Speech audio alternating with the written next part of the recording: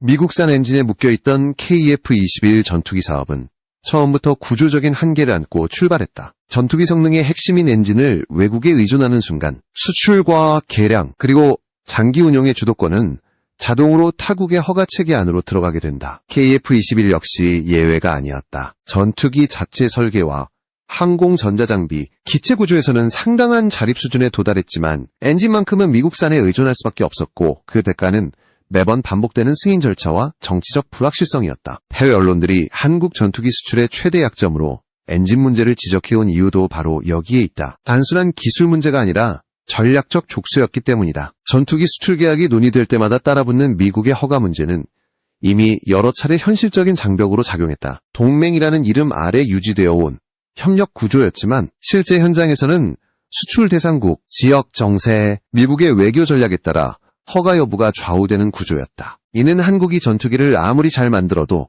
최종 결정권은 스스로 쥘 수 없다는 뜻과 다름없었다. 결국 KF-21은 성능 경쟁 이전에 정치적 제약이라는 보이지 않는 전선에서 싸워야 하는 상황에 놓여 있었다. 이런 구조 속에서 한국 내부에서는 점차 하나의 질문이 힘을 얻기 시작했다. 전투기 엔진을 끝까지 외국에 의존한 채로 과연 진정한 항공 주권을 가질 수 있는가 하는 문제였다. 엔진은 단순한 부품이 아니다. 기체의 성능 한계, 추력 증강 가능성, 개량 수명, 나아가 차세대 개량까지 모두를 결정하는 핵심이다. 엔진을 통제하지 못하면 전투기의 미래 역시 통제할 수 없다. 이 인식은 단기간에 형성된 것이 아니며 수차례의 수출 협상과 제한을 겪으면서 서서히 축적된 결과였다. 이 시점에서 의미심장한 변화가 포착되기 시작했다. 그 변화의 출발점은 의외로 항공 분야가 아닌 발전용 가스터빈 시장이었다. 한국은 오랫동안 대형 가스터빈을 전량 수입에 의존해왔고 이는 항공 엔진과 마찬가지로 에너지 주권의 취약점으로 지적되어 왔다. 그런데 국내 기업이 고온 고압 환경을 견디는 대형 가스터빈을 자체 개발하고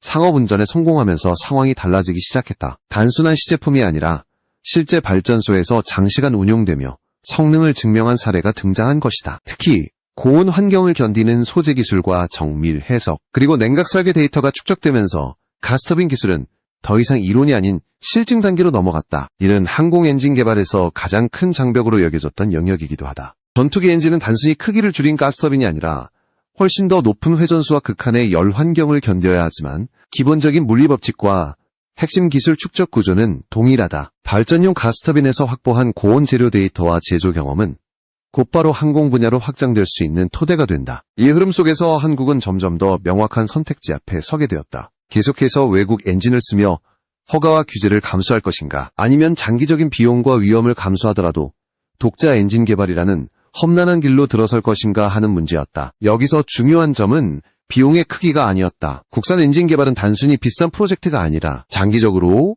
수출과 개량, 전략적 자율성을 확보하기 위한 투자라는 인식이 자리 잡기 시작했다. 결정적인 전환점은 한국산 가스터빈이 종주국인 미국 시장에 수출되면서 찾아왔다. 이는 상징 이상의 의미를 지닌 사건이었다. 기술의 원조로 여겨지던 시장에서 한국산 고온 터빈이 성능과 신뢰성을 인정받았다는 사실은 그동안 쌓아온 기술 기반이 국제 기준에서도 통할 수 있음을 입증한 사례였다. 고온을 견디는 소재, 빠른 생산 능력, 장시간 운용 데이터는 모두 항공 엔진 개발에서도 그대로 요구되는 요소들이다. 즉, 한국은 이미 엔진 개발의 출발선에 서 있었던 셈이다. 이 시점부터 KF-21을 둘러싼 논의는 달라지기 시작했다. 전투기 자체의 성능 논쟁을 넘어 엔진을 포함한 완전한 체계 자립이라는 목표가 구체적으로 언급되기 시작한 것이다. 더 이상 국산 엔진은 먼 미래의 이상이 아니라 단계적으로 실현 가능한 로드맵으로 인식되기 시작했다. KF-21은 단순한 5세대 전투기를 넘어 향후 세대 진화를 염두에 둔 플랫폼으로 설계되었고 이 구조는 엔진 교체와 성능 증강 가능성을 열어두고 있었다. 결국 KF-21 국산 엔진 논의는 한 기종의 문제가 아니라 한국 방위산업 전체의 방향성을 결정하는 선택으로 확대되었다. 수출 때마다 허가를 구하는 구조에서 벗어날 것인가, 아니면 스스로 모든 것을 통제할 수 있는 길로 나아갈 것인가. 이 질문에 대한 답은 이제 기술적 가능성의 영역이 아니라 국가 전략의 영역으로 이동하고 있었다. 그리고 그 중심에 국산 엔진이라는 단어가 자리 잡기 시작했다. 국산 엔진 논의가 구호에 그치지 않고 현실적인 무게를 갖기 시작한 배경에는 두산 에너빌리티의 가스터빈 성과가 자리 잡고 있다. 한국이 항공 엔진 개발에서 가장 취약하다고 평가받아온 영역은 고온을 견디는 소재 기술과 이를 안정적으로 운용할 수 있는 제조 경험이었다. 설계 도면이 아니라 실제로 돌아가는 엔진을 통해 데이터를 쌓아본 경험이 없다는 점이 항상 약점으로 지적되어 왔다. 그런데 이 구조가 발전용 가스터빈 분야에서 먼저 깨지기 시작했다. 두산 에너빌리티는 대형 가스터빈을 단순히 개발했다는 수준을 넘어 상업운전이 가능한 단계까지 끌어올렸다. 국내 발전소에 설치된 가스터빈은 수만 시간에 달하는 실제 운용을 통해 성능과 신뢰성을 검증받았고, 이는 실험실 데이터와는 차원이 다른 의미를 지닌다. 고온고압 환경에서 장시간 안정적으로 운용된다는 것은 재료 물성, 냉각 구조, 회전체의 균형, 진동 제어까지 모든 요소가 동시에 충족되어야만 가능한 결과다. 특히 주목할 부분은 고온 영역에 대한 접근 방식이었다. 가스터빈 성능을 결정하는 핵심은 터빈 입구 온도이며, 이 수치를 얼마나 높게 유지할 수 있는지가 곧 효율과 출력으로 이어진다. 두산은 고온을 견디는 초내열 소재와 정밀 냉각 설계를 통해 고온 환경에서의 안정성을 확보했고, 이는 항공 엔진 개발에서 요구되는 조건과 정확히 맞닿아 있다. 전투기 엔진 역시 결국 고온 고압을 얼마나 안정적으로 이 과정에서 축적된 데이터는 단순한 기술 자산을 넘어 전략 자산으로 평가된다. 엔진 개발에서 가장 비용이 많이 들고 시간이 오래 걸리는 단계는 실패 데이터를 확보하는 과정이다. 파손과 변형, 피로 누적과 같은 현상은 실제 운용을 통해서만 확인할 수 있는데, 두산은 발전용 가스터빈을 통해 이 데이터를 이미 대량으로 확보했다. 이는 항공 엔진 개발 시 시행착오를 크게 줄일 수 있는 기반이 된다. 여기에 더해 두산은 적층 제조 기술을 적극적으로 도입했다. 기존 주조 방식으로는 구현이 어려웠던 복잡한 내부 냉각 통로를 설계 단계에서부터 자유롭게 구현할 수 있게 되었고, 이는 고온 환경에서 부품 수명을 획기적으로 늘리는 요소로 작용한다. 항공 엔진에서 적층 제조는 단순한 생산 방식의 변화가 아니라 성능과 신뢰성을 동시에 끌어올릴 수 있는 핵심 수단으로 평가된다. 발전용 가스터빈에서 이미 상용화 경험을 쌓았다는 점은 항공 분야로의 확장을 현실적인 시나리오로 만든다.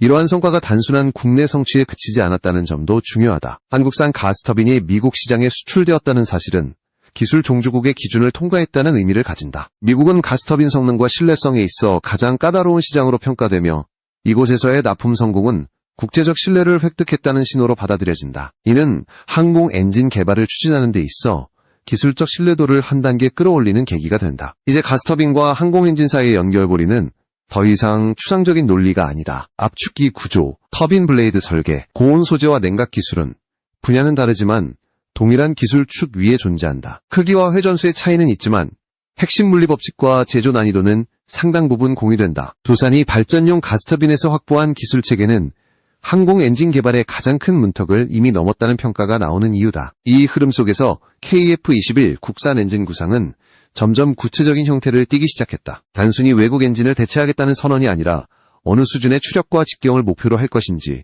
어떤 단계로 성능을 끌어올릴 것인지에 대한 논의가 실제 로드맵으로 정리되기 시작한 것이다. 발전용 가스터빈에서 검증된 기술을 항공으로 이전한다는 전략은 공허한 기대가 아니라 데이터로 뒷받침된 선택으로 변하고 있었다. 결국 두산 에너빌리티의 가스터빈 성과는 KF-21 국산 엔진 논의를 가능성의 영역에서 실행의 영역으로 끌어내린 결정적인 요인으로 작용했다.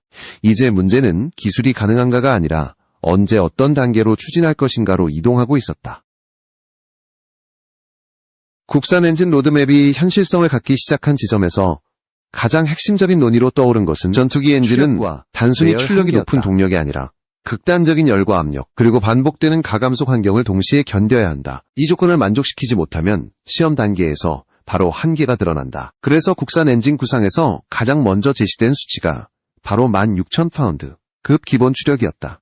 이 수치는 상징적인 목표가 아니라 현재 한국이 확보한 기술 수준과 발전용 가스터빈에서 축적된 데이터를 기반으로 설정된 현실적인 출발선이었다. 16,000파운드급은 단독으로 보면 최상위 전투기 엔진과는 거리가 있는 수치처럼 보일 수 있다. 하지만 중요한 것은 이 엔진이 하나의 완성형이 아니라 단계적 진화를 전제로 한 플랫폼이라는 점이다. 초기 단계에서는 안정성과 신뢰성을 최우선으로 확보하고 이후 냉각 기술과 소재 개선을 통해 24,000파운드급까지 성능을 끌어올린다는 계획이 제시되었다. 이는 전투기 엔진 개발의 정석에 가까운 접근 방식이다. 단번에 최고 성능을 노리는 대신 단계적으로 신뢰도를 쌓아가는 전략이다. 이 로드맵에서 결정적인 역할을 하는 요소가 바로 터빈 입구 온도 목표다. 제시된 수치는 약 1650도 수준으로 현재 세계 최고 수준과는 차이가 있지만 발전용 가스터빈에서 이미 검증된 영역과 맞닿아 있다. 온을 견디는 초내열 소재와 냉각 구조가 안정적으로 작동한다는 전제 아래 설정된 수치이며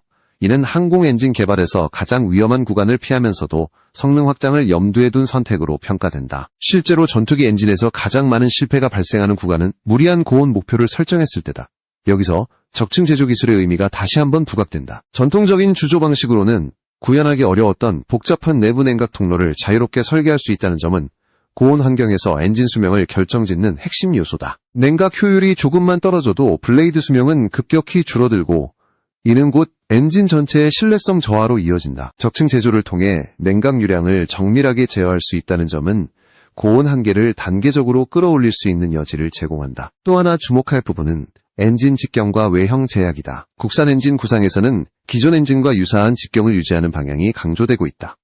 이는 단순한 설계편의 문제가 아니라 KF-21 기체 구조와의 호환성을 고려한 전략적 선택이다. 엔진 직경이 크게 달라지면 흡입구와 기체 내부 구조를 전면 수정해야 하고 이는 사실상 새로운 기체 개발에 가까운 작업으로 이어진다. 반대로 외형 제약을 유지한 채 성능을 향상시키면 기존 기체에 비교적 빠르게 적용할 수 있는 여지가 생긴다. 이 점에서 KF-21의 설계 철학은 국산 엔진 도입을 염두에 둔 구조라고 평가받는다. KF-21은 처음부터 향후 성능 개량과 블록 업그레이드를 고려한 플랫폼으로 설계되었고 내부 공간과 냉각 여유 역시 일정 부분 확보되어 있다. 이는 단기적인 성능 경쟁보다는 장기적인 진화를 중시한 선택이었다. 국산 엔진이 초기에는 완전 대체가 아닌 병행 운용이나 시험 적용으로 시작하더라도 단계적으로 비중을 늘려갈 수 있는 구조가 마련되어 있는 셈이다. 이와 함께 중요한 요소로 떠오른 것이 바로 해석 소프트웨어와 데이터베이스다. 아무리 좋은 소재와 제조 기술을 확보하더라도 정밀 해석이 뒷받침되지 않으면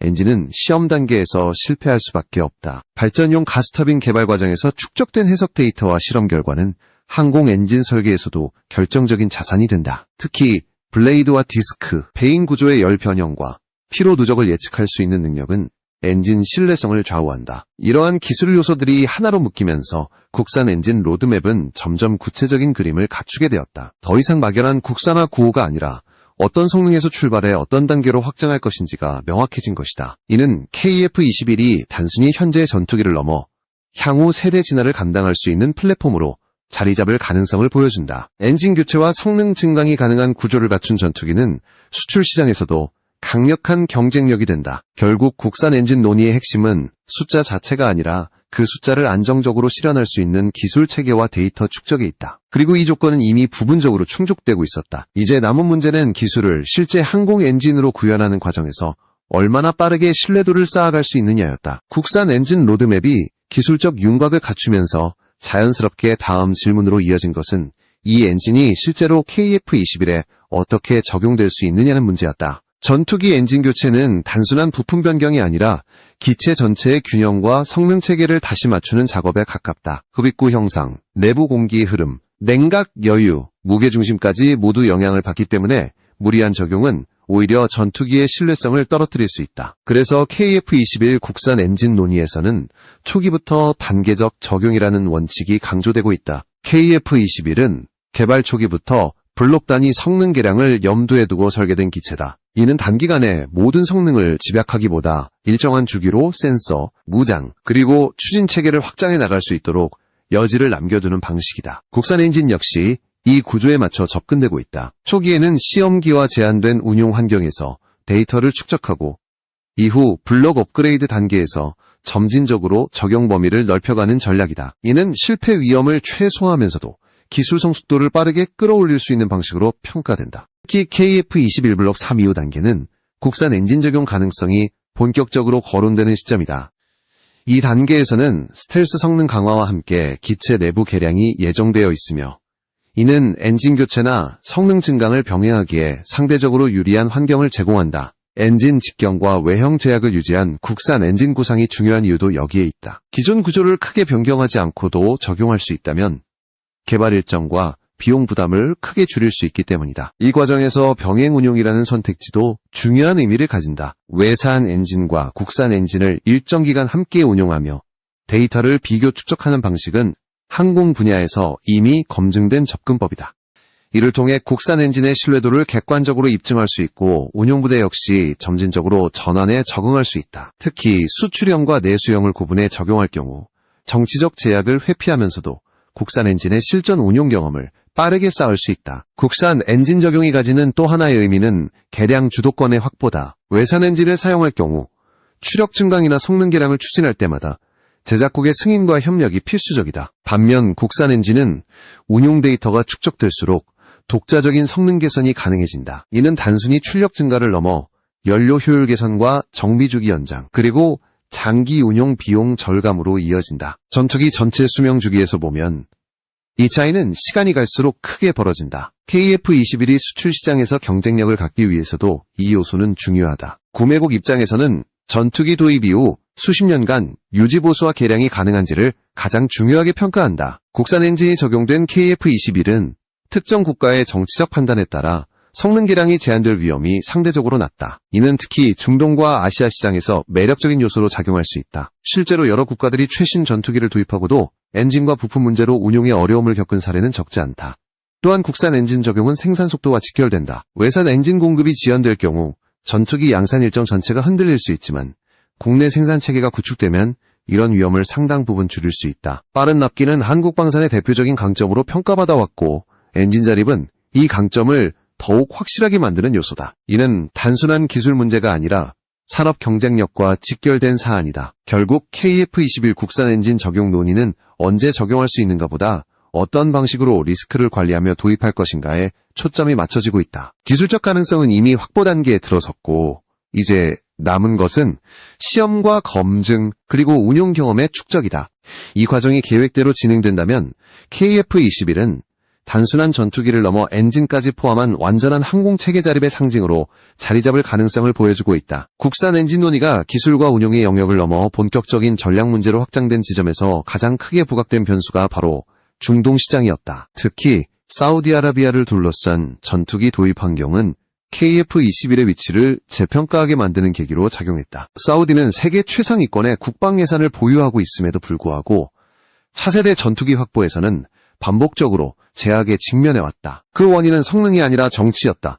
미국과 유럽 일부 국가들은 인권 문제와 영내 분쟁을 이유로 사우디에 대한 무기 수출을 제한해왔고 그 영향은 전투기 분야에서 특히 두드러졌다. 5세대 전투기의 상징으로 여겨지는 F-35는 사실상 접근이 차단된 상태였고 유럽산 전투기 역시 안정적인 도입이 어려운 환경에 놓였다. 프랑스의 라팔은 현실적인 대안으로 거론되었지만 생산 속도와 향후 발전 가능성이라는 측면에서 명확한 한계를 드러내고 있었다. 라팔은 이미 대규모 수주를 확보한 상태에서 생산 능력이 이를 따라가지 못하는 구조적 문제를 안고 있다. 신규 주문을 넣더라도 실제 인도까지는 수년에서 10년 이상이 소요될 수 있다는 전망이 나오면서 사우디 입장에서는 즉각적인 전력 보강 수단으로 보기 어려워졌다. 게다가 라팔은 구조적으로 더 이상의 대규모 성능 진화가 제한된 기체로 평가되고 있으며 장기적인 업그레이드 여력에서도 아쉬움이 남는다. 이와 대조적으로 KF-21은 아직 개발과 양산이 진행 중인 기체이지만 바로 이 점이 오히려 강점으로 작용하기 시작했다. 플랫폼 자체가 향후 성능 개량을 전제로 설계되었고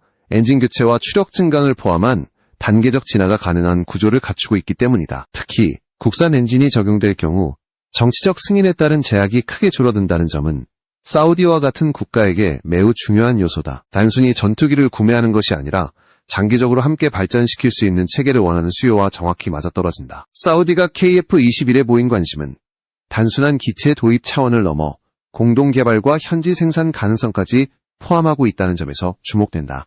이는 과거 단순 구매자에 머물렀던 방식에서 벗어나 자국 방위 산업을 육성하려는 전략과도 맞닿아 있다. 외산 무기에 대한 의존도를 낮추고 일정 수준의 기술 이전과 산업 참여를 확보하려는 사우디의 목표는 KF-21의 개방적인 발전 구조와 비교적 유연한 협력 모델과 잘 부합한다. 여기서 국산 엔진의 존재는 협상 구조 자체를 바꾸는 카드로 작용한다. 엔진이 외산일 경우 공동개발이나 현지 생산 논의는 출발선에서부터 제한을 받을 수밖에 없다. 반면 엔진까지 포함한 독자 체계가 확보되면 협력 범위는 훨씬 넓어진다. 이는 단순히 사우디 한 국가에 국한된 문제가 아니라 향후 다른 수출 대상국과의 협상에서도 동일하게 적용될 수 있는 구조적 변화다. 또한 국산 엔진은 수출 일정의 안정성을 높인다. 특정 국가의 승인 지연이나 외교적 변수로 인해 납기가 흔들릴 경우 구매국의 신뢰는 급격히 떨어질 수밖에 없다. 반면 국내에서 엔진까지 생산이 가능해지면 공급망 통제력이 강화되고 납기 관리 역시 훨씬 수월해진다. 빠른 납기는 한국방산이 그동안 쌓아온 핵심 경쟁력 중 하나였고 엔진 자립은 이 강점을 결정적으로 뒷받침한다. 사우디를 둘러싼 국제 환경 변화는 결국 KF-21 국산 엔진 논의에 정치적 명분을 더해주었다. 단순히 기술을 자립하자는 논리가 아니라 실제 수출 시장에서 경쟁력을 확보하기 위한 현실적인 선택으로 인식되기 시작한 것이다. 외부 제약이 강해질수록 국산화의 필요성은 더욱 분명해졌고 이는 엔진 개발에 대한 투자와 결정을 가속하는 요인으로 작용했다. 이제 KF-21은 단순한 한국 공군용 전투기가 아니라 중동과 신흥시장을 겨냥한 전략 자산으로 재정이 되고 있다. 그 중심에는 엔진이라는 가장 민감하고 중요한 요소가 자리 잡고 있으며 국산 엔진은 이 전략의 성패를 가르는 핵심 변수로 떠오르고 있다. KF-21 국산 엔진 논의가 최종적으로 도달한 지점은 기술의 문제가 아니라 국가 전략과 산업구조의 문제였다. 전투기 엔진을 자립한다는 것은 단순히 하나의 부품을 국산화하는 차원이 아니다. 이는 항공산업 전반의 설계 능력, 제조 인프라, 해석 소프트웨어, 시험체계까지 모두를 동시에 끌어올리는 과정이며 그 결과는 단기간에 끝나지 않는다. 하지만 바로 이 점 때문에 국산 엔진은 비용이 아니라 투자로 평가되기 시작했다. 엔진 자립이 가져오는 가장 큰 변화는 의사결정의 주도권이다. 외산 엔진 체계에서는 수출 대상국, 성능 계량, 운용 조건 하나하나가 외부 승인에 묶인다. 이는 단기적으로는 문제가 없어 보일 수 있지만 시간이 지날수록 전투기의 생명력을 제한하는 요인이 된다. 반면 국산 엔진은 운용 데이터가 쌓일수록 개량 속도가 빨라지고 사용자 요구에 맞춘 조정이 가능해진다. 이 차이는 전투기 수명주기 전체에서 압도적인 격차로 이어진다. 경제적 파급 효과 역시 무시할 수 없는 요소다. 전투기 한 기체에 들어가는 엔진과 부품 생산은 단일 산업이 아니라 수백 개 협력업체와 고급 인력을 필요로 한다. 국산 엔진 개발과 양산이 본격화될 경우 항공 소재, 정밀 가공, 소프트웨어, 시험 설비까지 연쇄적인 산업 성장이 뒤따른다. 이는 단순한 방산 수출 수익을 넘어 장기적인 기술 축적과 고용 창출로 이어진다. 실제로 항공 엔진 분야는 한번 진입하면 수십 년간 지속적인 부가가치를 창출하는 구조를 가진 산업이다. 국제적으로 보더라도 독자적인 항공 엔진 설계 능력을 보유한 국가는 극히 제한적이다. 일본과 중국이 각자의 방식으로 이 영역에 도전하고 있는 상황에서 한국이 여기에 합류한다는 것은 단순한 추격이 아니라 새로운 경쟁 구도의 형성을 의미한다. 특히 발전용 가스터빈에서 확보한 적층 제조와 고온 소재 기술을 항공으로 확장할 수 있다는 점은 한국만의 차별화된 경로로 평가된다. 기존 강국들이 지나온 길과는 다른 방식의 축적이다. KF-21은 이러한 변화의 중심에 서 있다. 이 기체는 단순히 현재 성능을 경쟁하는 전투기가 아니라 미래의 확장성을 담아낸 플랫폼이다. 국산 엔진이 적용될 경우 KF-21은 외형상으로는 동일해 보일지라도 내부적으로는 전혀 다른 위상을 갖게 된다. 성능 개량의 자유도, 수출 협상의 유연성, 장기 운용 비용까지 모든 면에서 독립적인 선택지를 확보하게 된다. 이는 구매 고객에게도 매력적인 요소로 작용한다.